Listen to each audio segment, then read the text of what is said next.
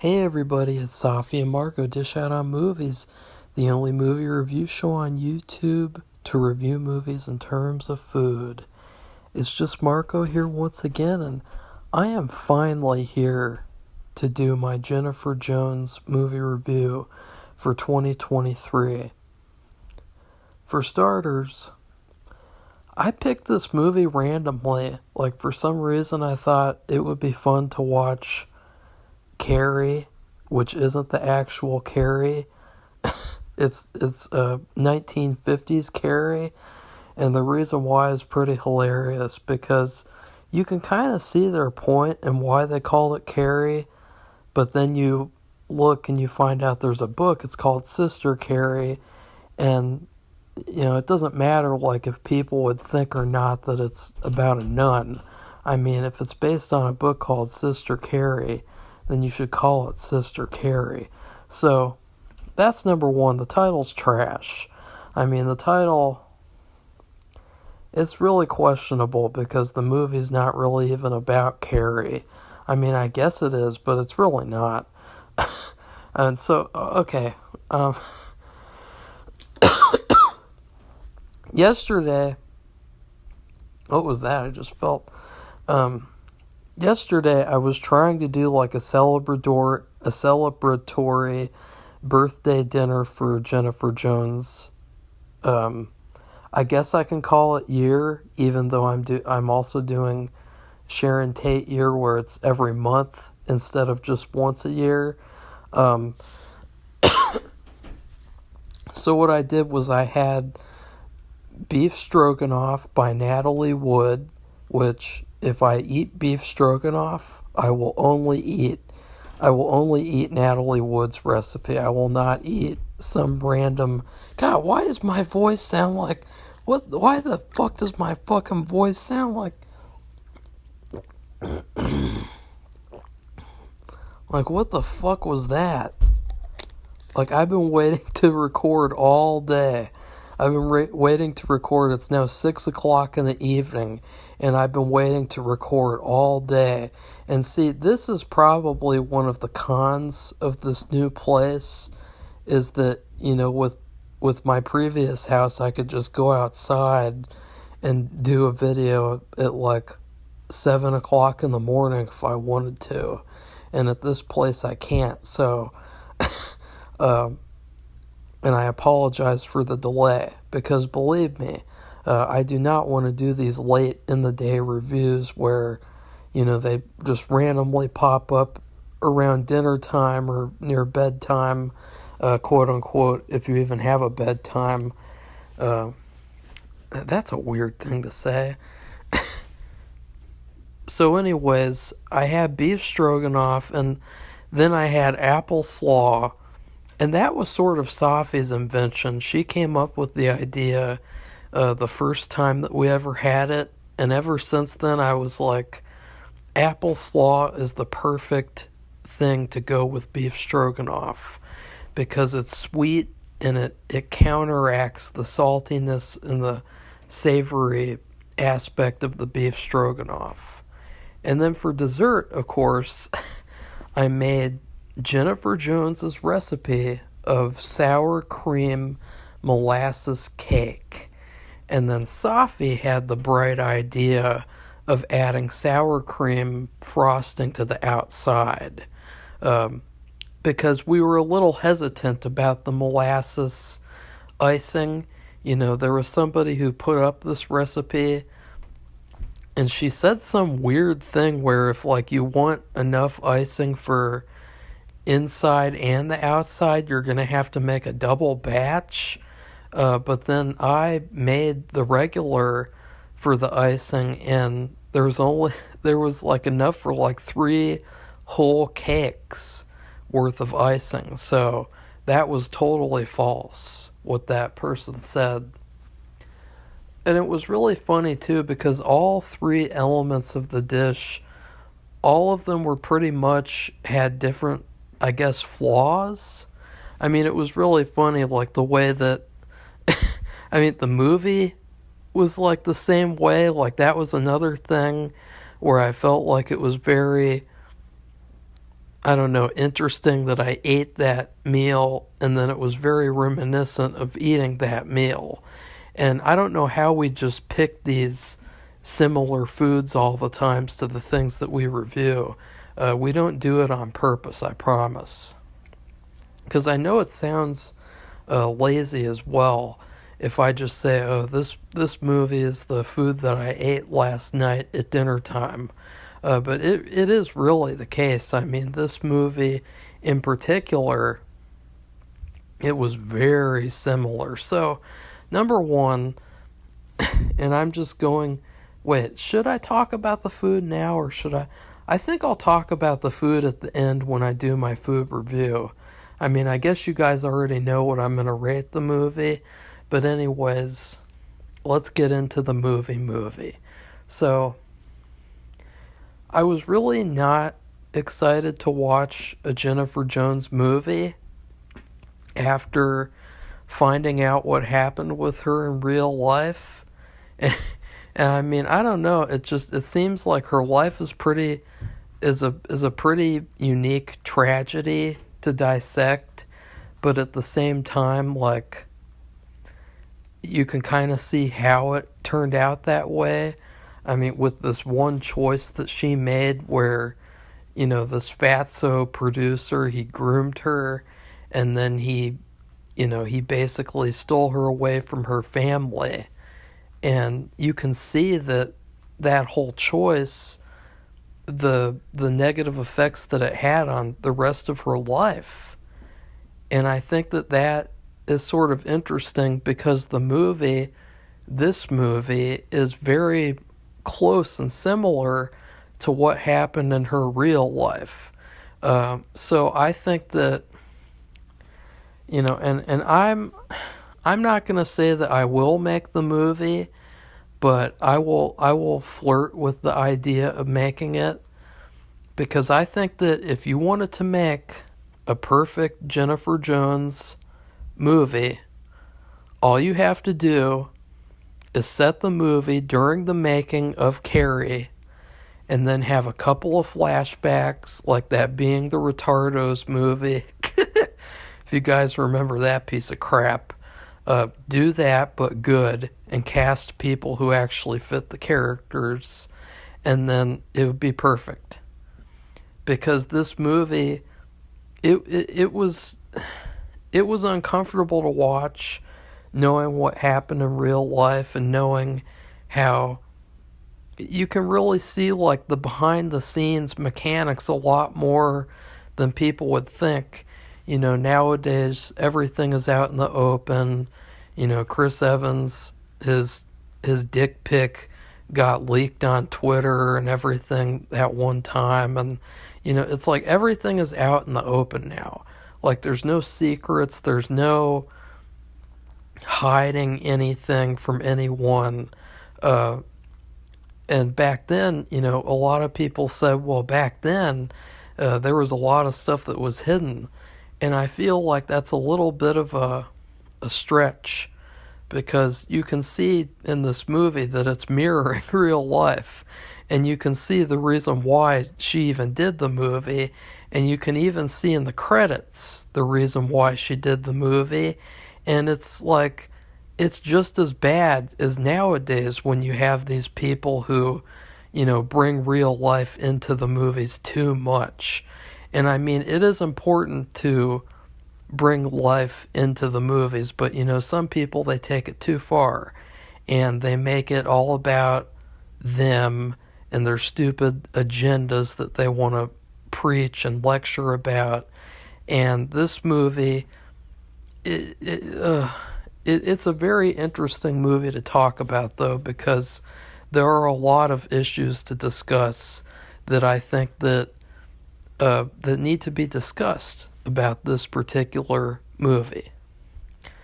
And so that would also, before I get started on the movie, that would be the biography movie that I would make about Jennifer Jones.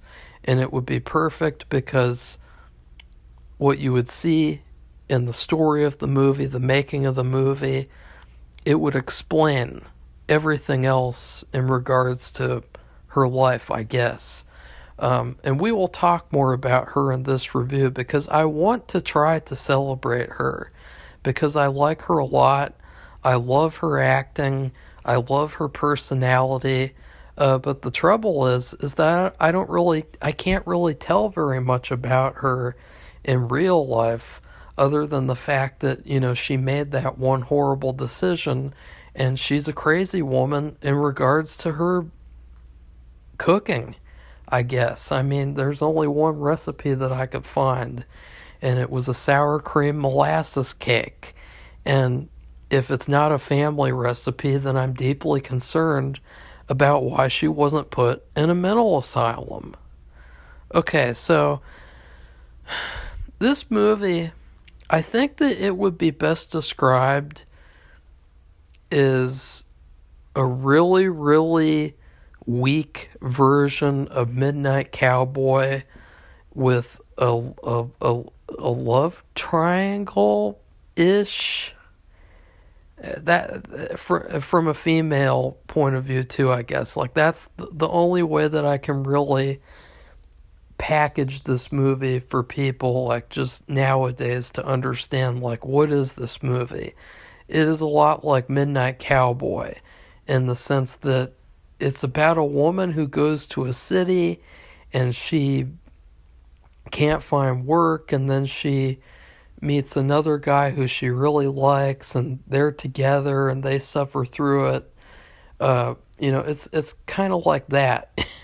Like it's very, very similar. So I would wonder too if the person who made the Midnight Cowboy movie, if they were inspired a little bit at least by this. Because if I could tell that, and that's another thing too, if I could tell that this movie was a certain way like Midnight Cowboy, is that a good assessment to say that like, oh, they must have been inspired by this making that movie too? Like some movies just, they'll feel like other movies, like without even trying. So I'm not trying to say that, Midnight Cowboy, which was also based on a book, ripped this off or anything like that. I'm just saying that I could feel a little bit of inspiration that they took from like the story, the characters. I mean, even the ending. So,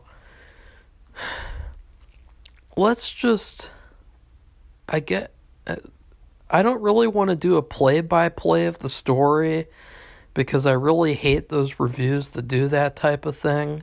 So I'm just going to do like a quick, like a summation of, she goes to this big city, she can't find work, and then she met a guy on the train. Okay, let's just do a play-by-play. It's already 13 minutes. I think I'm a little bit stressed out doing this review because it's a much more important review than other reviews like Ant-Man 3, for instance, which I basically just was like, yeah, for an hour talking about that movie. So she's on the train. We don't really see much of why she's going to Chicago, because that's another hilarious thing, guys.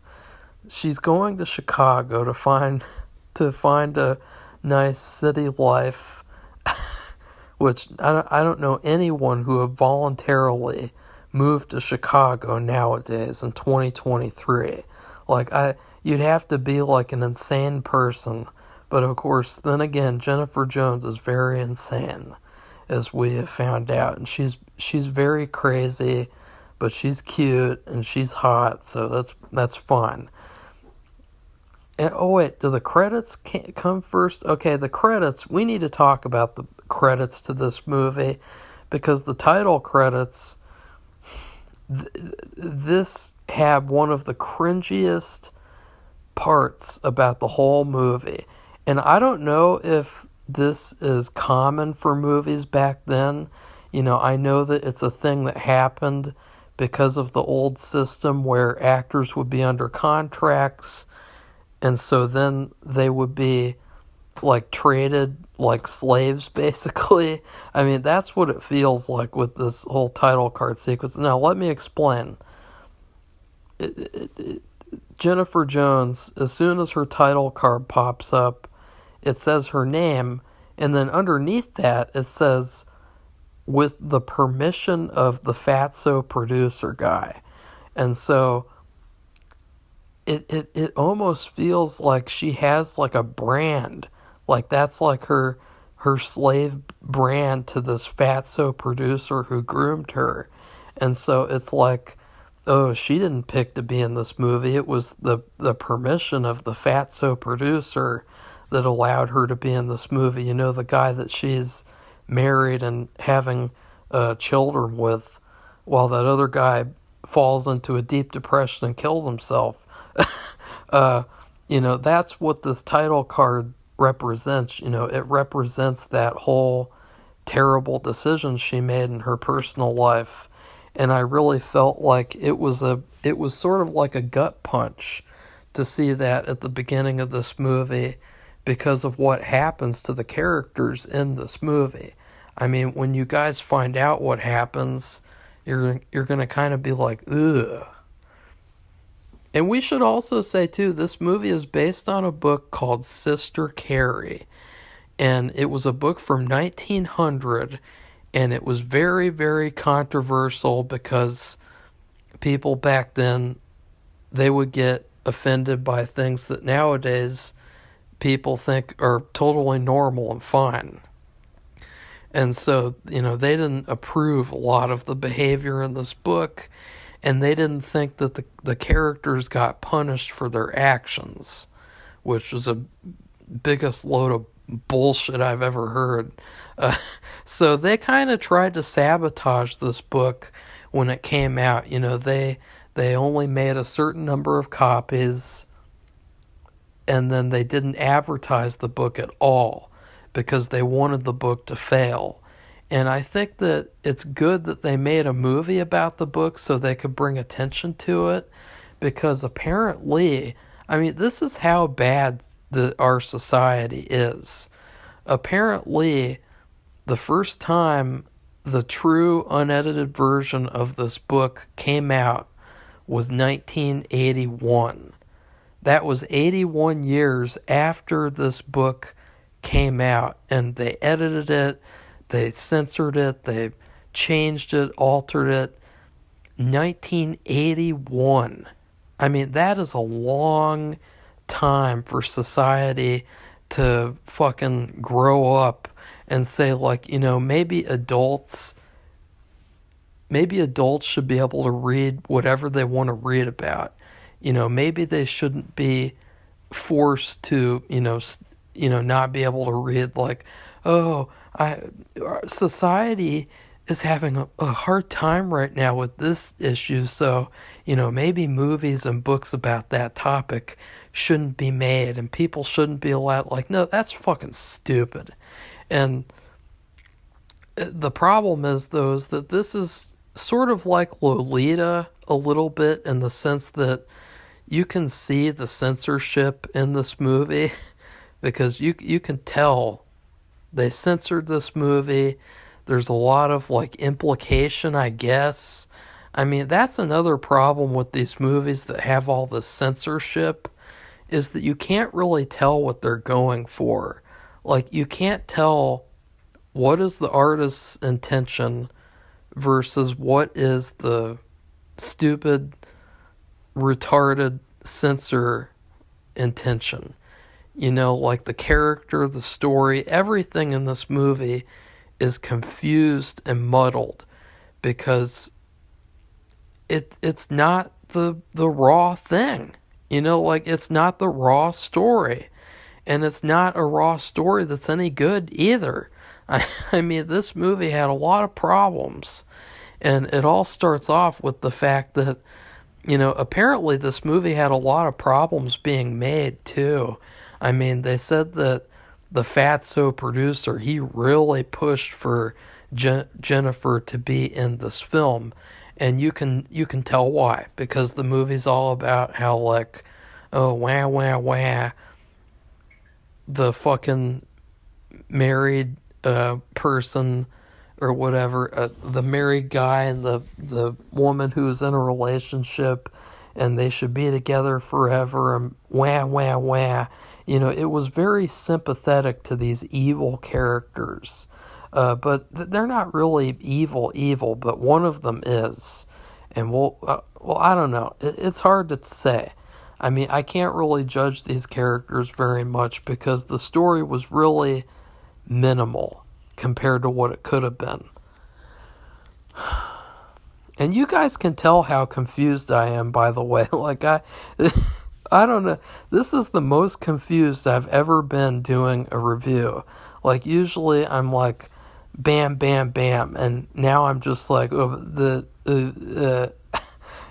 don't know. I don't know with this one.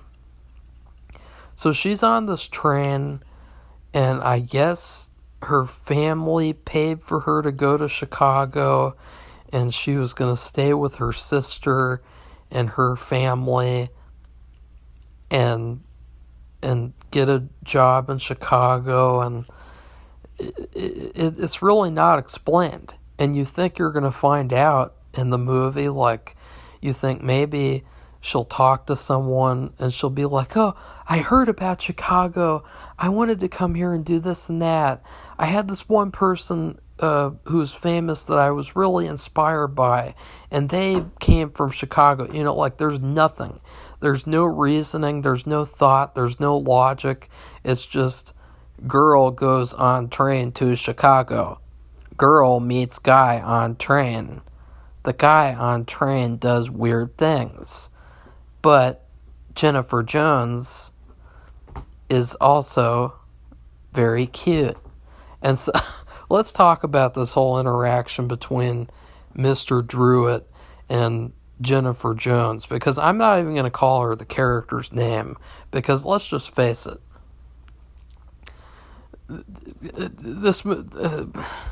I'm just going to call her Jennifer Jones, okay? I'm not calling her Carrie. I'm not calling her sister Carrie, because it's clear to me that the character is really unimportant here. I mean, I don't even really know what the character is. I don't know what a Carrie is.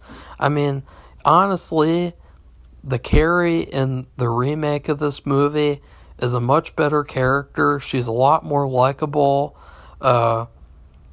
She is someone you want to root for. She's got fucking cool powers. She's someone I would have wanted to take to prom for sure. Like, she's cool. She's awesome. She's the greatest. This Carrie, she's like a Brie Larson character, like, she's very wooden and bland and dull, and really, like, the only high point is just because Jennifer Jones is cute and she's really likable and good at acting. But other than that, like, this is a terrible character. And it all starts off with she meets this guy named Mr. Druitt, and he's a salesman, and he did a great job at playing like a typical 1950s salesman. And he seems kind of pushy too, like he's, his main character flaw is that he kind of treats everyone like they're his client, and so, he can't really switch off from the salesman mode, and so that really comes to bite him, I guess, with his relationships. And he is a lot like, and I know that the person who commented about Crime Wave, who recommended Crime Wave, he would be delighted to hear about this movie, because the character of Mr. Druitt, he is a lot like the simp character, the main guy from the Sam Raimi movie Crime Wave. And I think, and I'm not sure, once again, I think that Sam Raimi was very inspired by this movie, because the Bruce Campbell character, he is a lot like the Laurence Olivier character, Mr. Hurstwood, in this movie, and then the other guy is a lot like Mr. Druitt. And so this was very similar to to Crime Wave in terms of these characters. And I think that this was a main, like, inspiration, I would say, for that movie, because you can sort of see in this movie that Mr. Druitt, his character, he's never given a chance. He's never really treated well, even though he treats the main character like she's, I don't know, like, it's pretty ridiculous the things he does for her. And it's like he doesn't really get anything in return. He just gets shit. And I really thought that Sam Raimi watched this movie and he said, well, I want to see a movie where Mr. Druitt gets the girl. And I want to see like a whole movie of that or something. And I would go so far as to say is that they kind of inspired the girl in Crime Wave after the girl in this movie, because there's a wardrobe that she wears in Carrie, and it's very similar to a wardrobe that they had the character wear in Crime Wave. And so I would say that this is a very interesting thing that I picked this out, since I think it really relates to that movie a lot. But Mr. Druitt is a lot more likable of a character because he's successful. He's got a decent salesman job. He makes a decent amount of money, and he wants to start a family. He's just really pushy. He starts off. He gives her his business card, and he's like, no, you don't put that away. Here, look, feel the engraving on my business card like we're an American Psycho. And then she's like, oh. And then he's like, here, put it away now. You can show that to your friends. You can do this with that. You can do that with that. And it's like, he's very, very pushy. And then he comes over and she always thinks that, like, he's going to stop talking to her, and then he just keeps on continuing to. And we'll talk about that in a little bit. And I know I've only talked about like 10 minutes of the movie, and we're already 30 minutes into the review. But he comes around, and I didn't even know this was possible or something on these old trains. He did this thing where he like flipped the table over, and the table became another chair so that he could sit across from her and talk to her more. And he was very pushy, but she was very, very cold and just boring. Like, she was so just uninteresting. She didn't even really like want to talk to him. She wouldn't even really like give him a chance or anything. And she just came off as like so like, I don't know how to describe it. Like, like when you pick something up and it smells and you don't want to have touched it and you put it back down. Like, that's what she comes across as in this scene. And she's like that to Mr. Druitt exclusively. And then with the other characters, she's different. So it's really, really weird. Like, I don't know. And so she has this job working at this sewing factory, and this was another strange thing too, because at the sewing factory she says, I can't see a thing, and it's really hard to work, and it's really tough. I'm having a tough time sewing. But I can see what they're doing. And so the lighting people back in these old movies, they wouldn't have showed what it actually looked like inside a dark, dimly lit sewing factory, which looked really gross and terrible to work there. So they make it look like you should be able to see perfectly. And then she injures herself, and that was really shocking and upsetting and gross, because she can't see. And then she puts her fingernail, I guess it like broke through her fingernail, like, that is just awful. That was a very unexpected moment, and we'll talk about that later.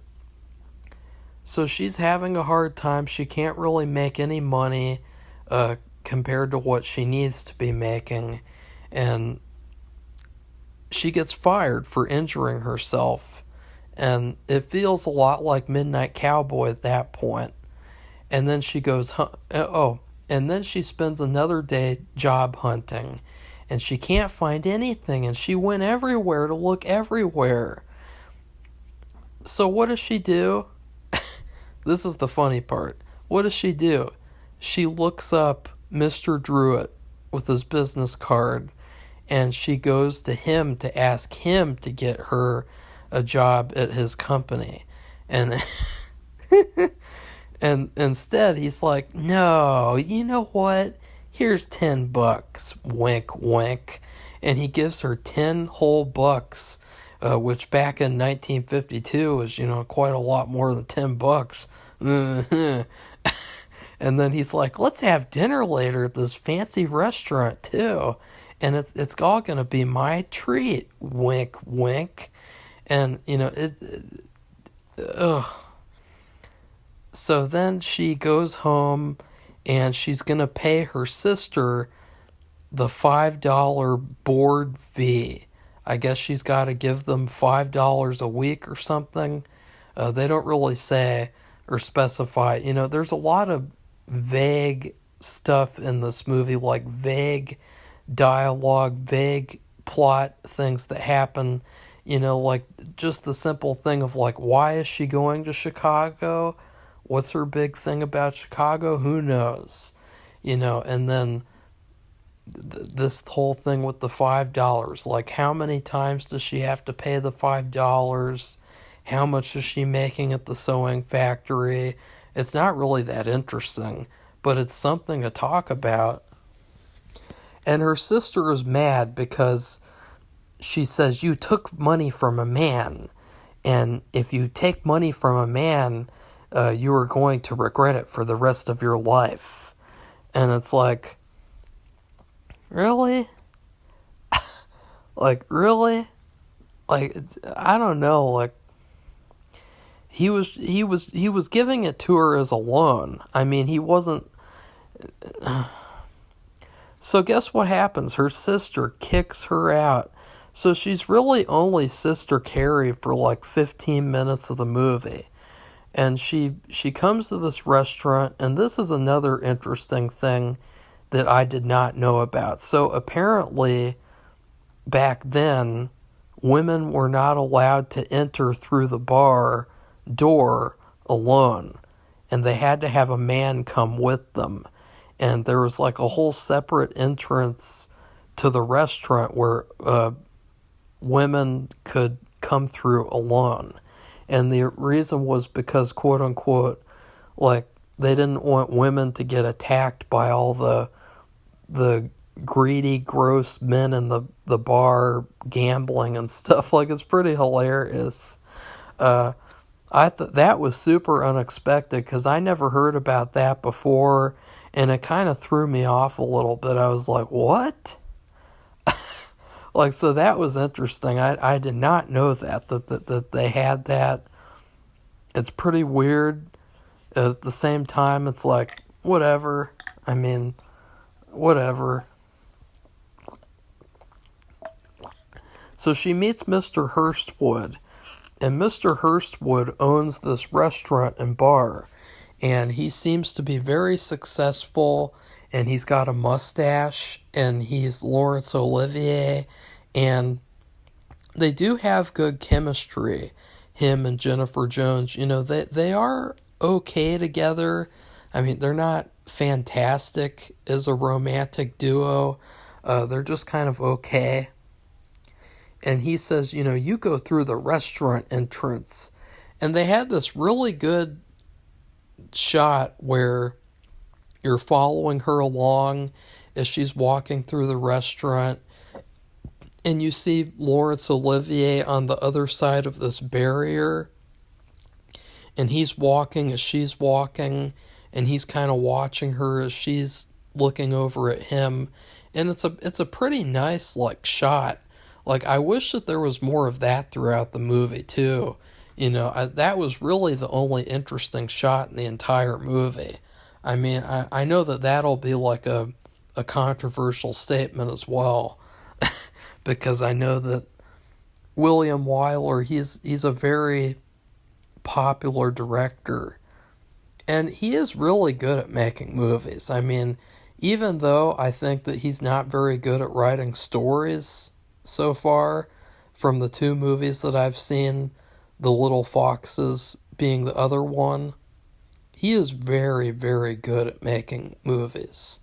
Like, it would have been great if he wrote like a how to make movies book, because I would have definitely read it. I would have definitely studied it and kept it around to just, study over and over and over again, because he really knows what he's doing. He knows how to make a good movie. Like, he can take a trash script, like the script for this movie, which he wrote, and and he can make it just really, really good, like no matter what. So I have to admire his directing talent. I mean, I will say, it is a very well-made movie, very well directed. Anyways, Mr. Hurstwood falls in love with Jennifer Jones.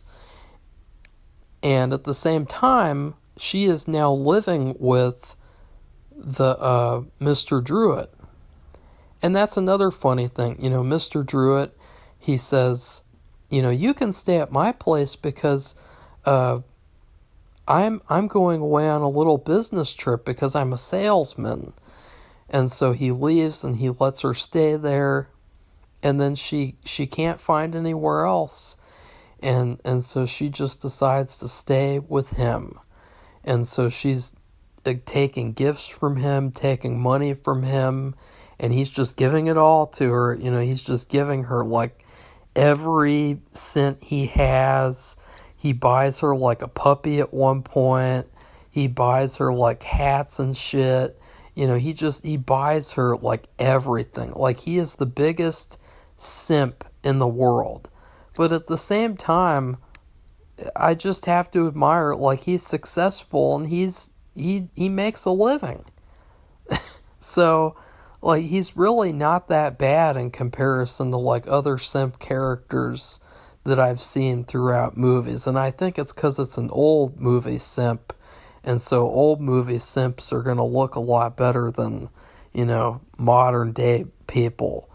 Because he is very reminiscent to those guys who pay girls, like, on camera, like, all the money that they have. Like, there was that one guy in England, and I think he went broke, and he lost his house because he wanted to pay his stupid Twitch streamer that he liked. He wanted to pay her more money and give her donations and things, and it's like, ugh, gross. He's really not to that level. He's a lot better than that. He seems like a nice person and a genuinely good person, I would say, too. She, on the other hand, I can't really tell. You don't really find out, like, any of their motives or anything for what they're doing. Like, does he want her to sleep with him? Is that the whole point of this? Is that he's giving her all these things so that she'll sleep with him? Is she looking for a family immediately? Like, there's nothing. You just kind of, these characters are doing things and you're watching them do things. So there's this one really hilarious cringe scene where she goes out into the hallway and she talks to this little girl. And the little girl's like, I'm not supposed to be talking to you. None of us are. Because you're... I don't think she calls her any name, but I guess people are talking and they're saying nasty things because she's living with him without being married. And so that was another, thing back then. And I totally forgot about that too. I was like, who cares if they're living together? Oh yeah, it's 1952, and of course 1900 when the book came out. So they're like, they're spreading rumors and giving this girl the cold shoulder because she's living with the guy without being married to him. I thought that was pretty hilarious. So Mr. Hurstwood, he starts coming over and sort of grooming Jennifer Jones into being his love interest, and he really comes off as like devious, scheming, sinister, because he always comes over as the guise of being like a friend, and really, he wants to steal this bitch away. And he comes over, he's like, there's this thing where he bought 2 tickets to see a play, and at first he was just going to give it as a gift to them, but then Mr. Druitt's like, oh, I have to go out of town. And he's like, oh, here, have the tickets anyway. And then he slowly walks away. And then, of course, Mr. Druitt, he's a simp.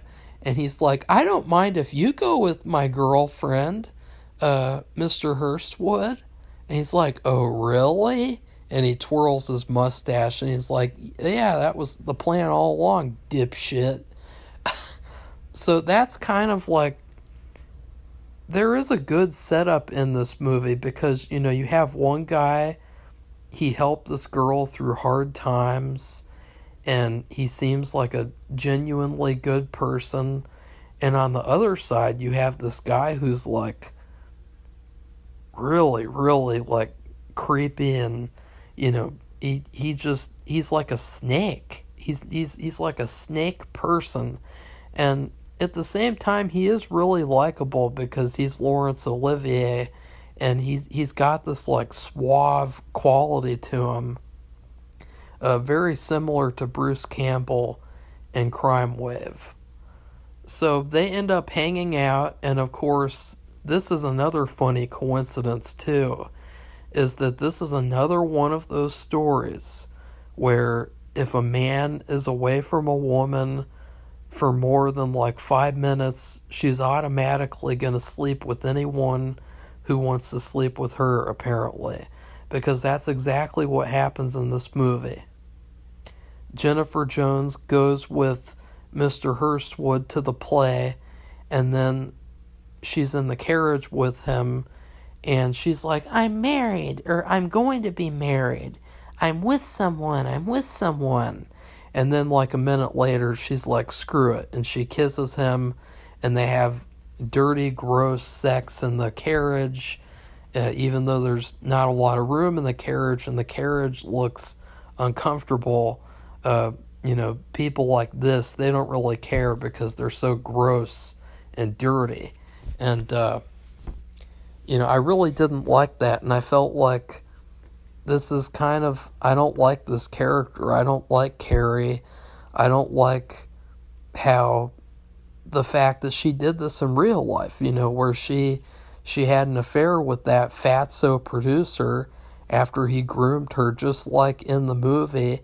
And then, of course, the Mr. Druitt character is a lot like the husband that she had before the fatso producer. So I really don't like how close to reality it is in that way. I mean, it's very, very creepy, and it's very, it almost kind of gives you a stomach ache, because it's like they're sort of glorifying what they did in real life on screen.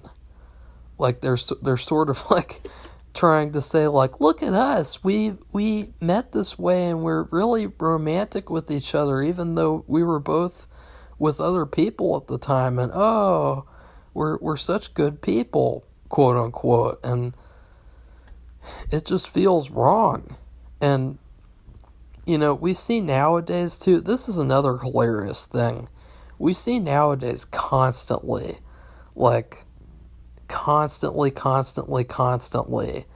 if a guy makes a movie and he kisses a girl in it and he wrote the movie, there's this whole thing where like people act like that's a terrible thing and it's creepy and it's gross.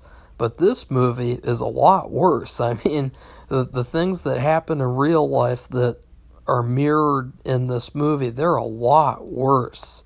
But since Laurence Olivier is in it and William Wyler directed it, people aren't going to call it creepy. They aren't going to have a problem with it. And I think that that's something else to talk about. You know, you have The Room and you have this, and they're the same thing. You know, like they have the same problems, somewhat. So anyways, they start having an affair, and Mr. Druitt is very quick to find out. And to be fair, Mr. Druitt, as soon as he finds out that he's interested in her and he wants to be with her, he immediately puts a stop to it. And he says, he confronts him like a man and everything. It's a really interesting thing to see.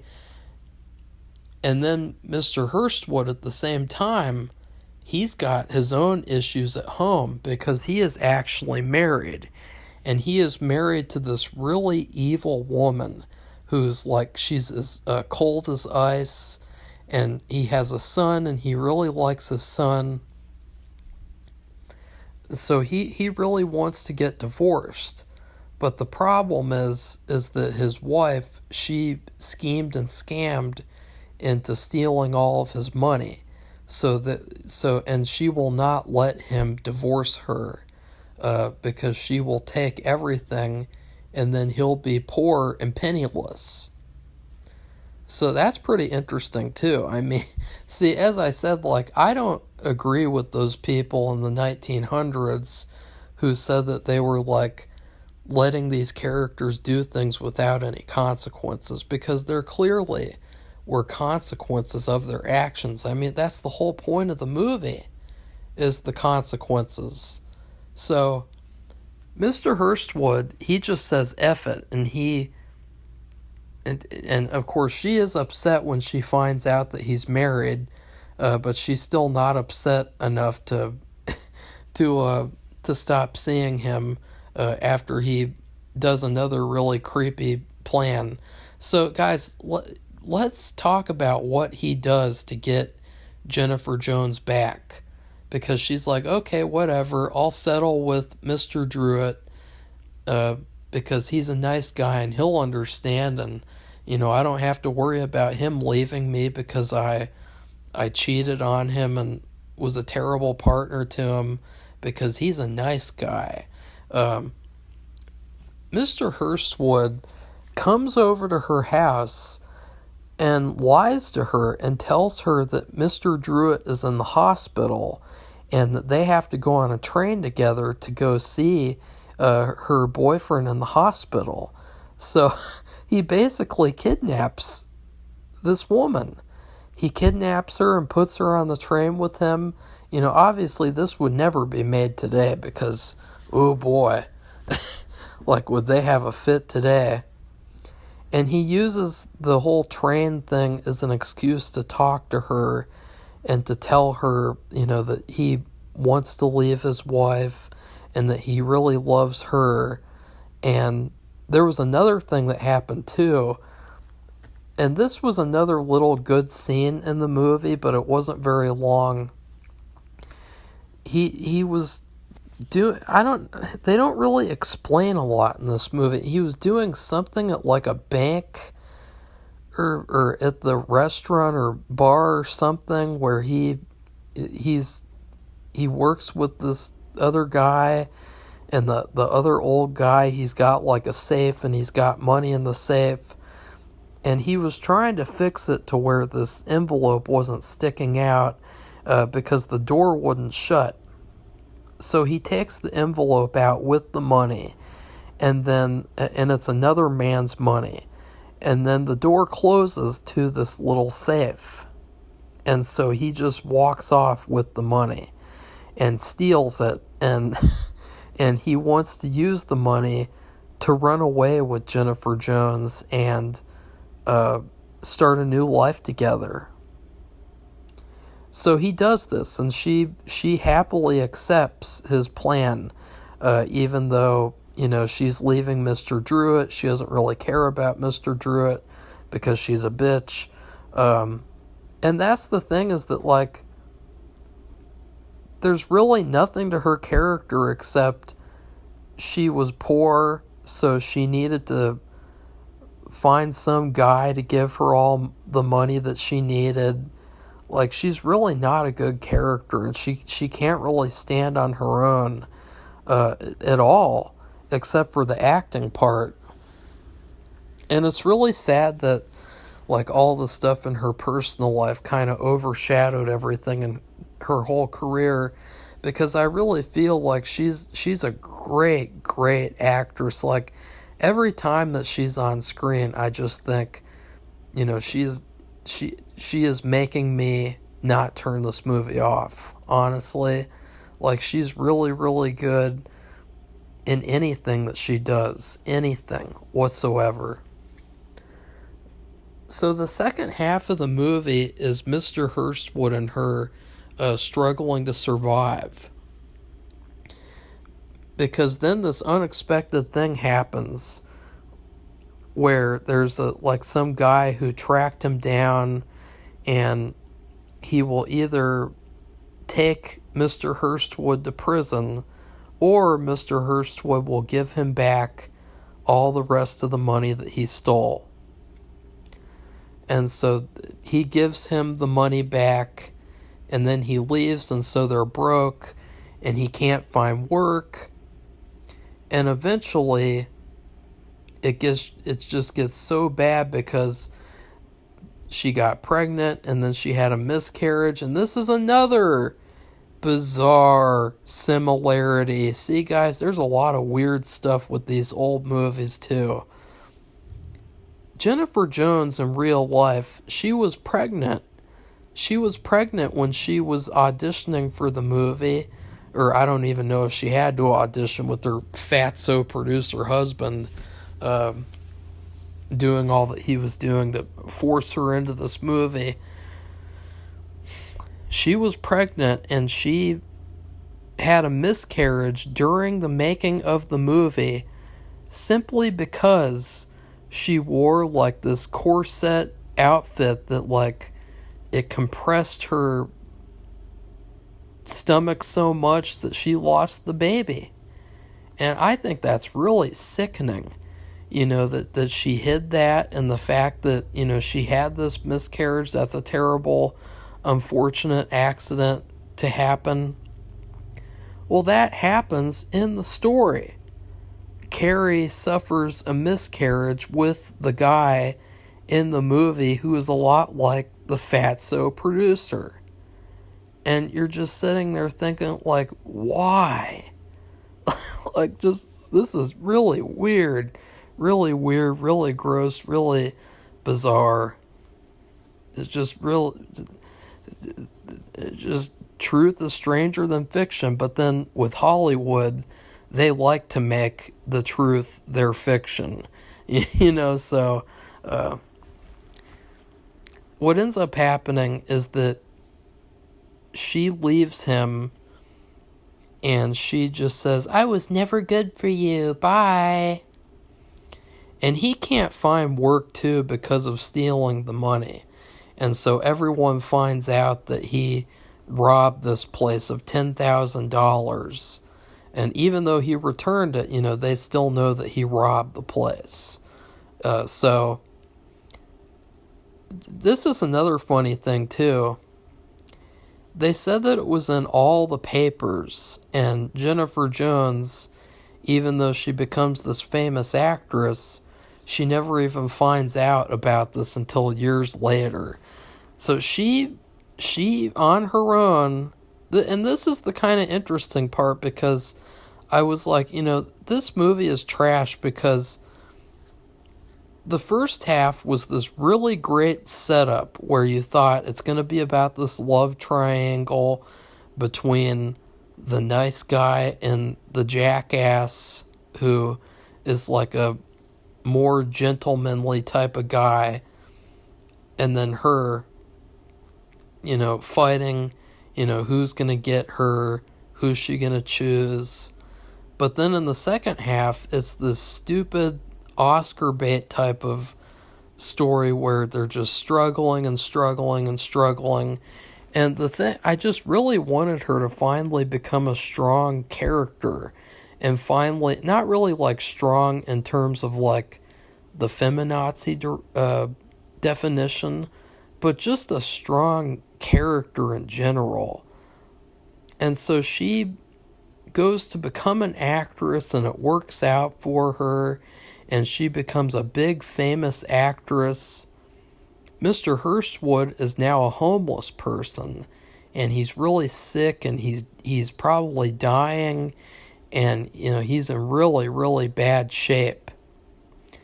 And then Mr. Druitt, he comes to visit her, and she's still, years later, after she knows that what she did to him when she ran off on him and she treated him like a piece of trash, she still is treating him like a piece of trash. And he meets up with her, and she's just like, she's nice to him, but then he's like, you want to go out and have dinner after your play? And she's just like, it's like, what the hell? Like if anything, you should be begging Mr. Druitt to go out to dinner with you after what you did to him. And so she really does not care. The only thing that she cares about is herself, and then Mr. Hurstwood, which is bizarre too, because he is really not all that great of a character. And oh yeah, there is a really good sequence where his wife comes and she wants to sell their house and then buy like a hotel room or something. She wants to forever live in a hotel. But they can only sell the house if both of them sign this paper. And Mr. Hurstwood refuses to sign it because she's not going to give him a penny of the money that they get from selling the house. And so he goes off into this other room to think about it, and they consider giving him like a percentage of the money, which I looked it up, and I guess it was like a little over $100,000 in terms of today's money. But it's funny because he comes back in and he's like, I'll do whatever you want, just give me the divorce. So instead of asking for money and the divorce, he literally just does the stupid thing because he's in love with that girl, and just has it where that woman will divorce him, and then he'll sign the paper. And I thought that was a really good scene because I don't know how to explain it. Like it was like something good could have happened and you saw it, and then the bad thing happened instead because the main character, or the secondary main character, he wasn't thinking properly. And I thought that was kind of interesting, I guess. So at the end, Mr. Hurstwood, he comes to visit her and see her play, or I guess talk to her, and he wants to beg her for money because he's starving. And so he's like, you know what, I'll go to her because she knows me, and I'll beg her for money. And there's this really cringeworthy line too, where he's like, I've got to meet up with her, I've got to talk to her, this has to work. And then this other homeless guy says, are you talking to yourself or to God? And I thought, like, oh God, that is cringeworthy. And you want to know why? Is because apparently in the original book, they did not like that there wasn't any religion in the book, because they said, these characters, they're doing all these immoral things. So in order to counterbalance that, you have to mention something religious, and you have to mention the word God at least once in the book, and they didn't like that he didn't do that. And so I guess this is where you see the agenda back then, because the censors must have forced them to put the word God in the movie somewhere. And this was just the random place that they chose, like, let's put it here in this random part in the movie. And I could tell when I heard it in the movie that, like, this wasn't natural. It was an agenda. I could tell without even looking that research up. And then I looked it up and I was like, oh, that's not surprising. So, and I know I've said so a lot too. They meet up and she wants to help him. She wants him to be with her forever. And then he says this stupid thing where he's like, don't live in the past. And it's like, what? Like, if two people are in love with each other, then they should be with each other. Like, there's nothing about the past that has anything to do with anything. Like, they should be together. But instead, he just leaves. She leaves the room to go get him some food and to help him out. And he stands up, and there is kind of like an interesting bit of acting at the end of the movie with Laurence Olivier, where he goes up to this gas stove and he turns it on and he turns it off, and then he turns it on and off again, and then he just leaves. And I couldn't figure out, like, what that meant. Like, it was a really, like, interesting little thing that happened, and it was just, like, really cool and really, like, one of the only interesting parts of the movie. So much of this movie in the second half, now let's just review the movie, because I've been so busy, like, explaining the movie, and this is what I don't like about doing that. Is that this is what it turns out like. The first half of this movie you think is going to lead to something really good, and you think that there's going to be a lot of competition between these two men, and you think that it's going to be a really dramatic story, and to see, like, who gets the girl. And then in the second half, everything just turns trash.